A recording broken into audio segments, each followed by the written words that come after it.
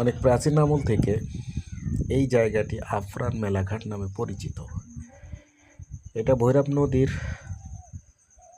তীরে অবস্থিত। ভৈরব নদীর পাশেই, ডান পাশে, আর বাম সাইডে নড়াইল চলে গেছে, ডান সাইডে নড়াইল, কিন্তু তার সাথে আবার অভয়নগর থানার কিছু অংশ জড়িত আছে, দেয়াপাড়া সংযুক্ত আছে। এই জায়গাটি খুব বিখ্যাত এবং খুব প্রাচীন। প্রায় 60-70 বছর আগে থেকে এখানে মেলা হয়, আফরার মেলা।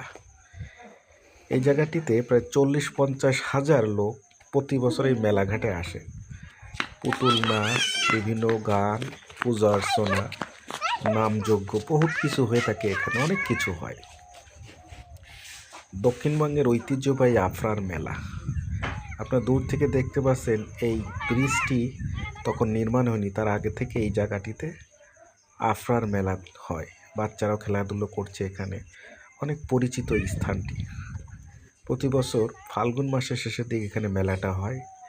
যারা জানে তারা এখানে বিভিন্ন দোকানিরা তাদের দোকানে ফুল প্রসাদ নিয়ে বসে থাকে এই মেলাতে, মেলাঘাটে। একটা বেল গাছ দেখতে পাচ্ছেন যেখানে পূজা দেয় হিন্দুরা। অত্যন্ত প্রসিদ্ধ এবং খুব নাম করা জায়গায় আফরার মেলা, যেখানে গ্রামের মেলা হয়। অনেক ছোট ছোট বাচ্চা থেকে শুরু করে আবাল বৃদ্ধা বনিতা সকলে সেই মেলায় অংশগ্রহণ করে। খুবই আনন্দঘন একটা পরিবেশ এখানে সৃষ্টি হয়।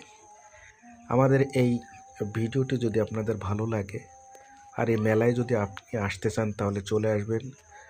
প্রথমে আসবেন নড়াইলে, যশোরে আসবেন, এসে বসুন্ধিয়া আসবেন, সেখান থেকে আফরা ঘাটে আসবেন।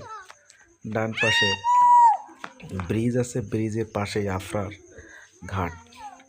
যদি এই ভিডিওটি ভালো লাগে তাহলে অবশ্যই ভিডিওটি দ্রুত সাবস্ক্রাইব করবেন, দ্রুত শেয়ার করবেন, লাইক করবেন, কমেন্ট করবেন। আর এতক্ষণ ভিডিও দেখার জন্য, আমাদের সাথে থাকার জন্য আপনাদের ধন্যবাদ।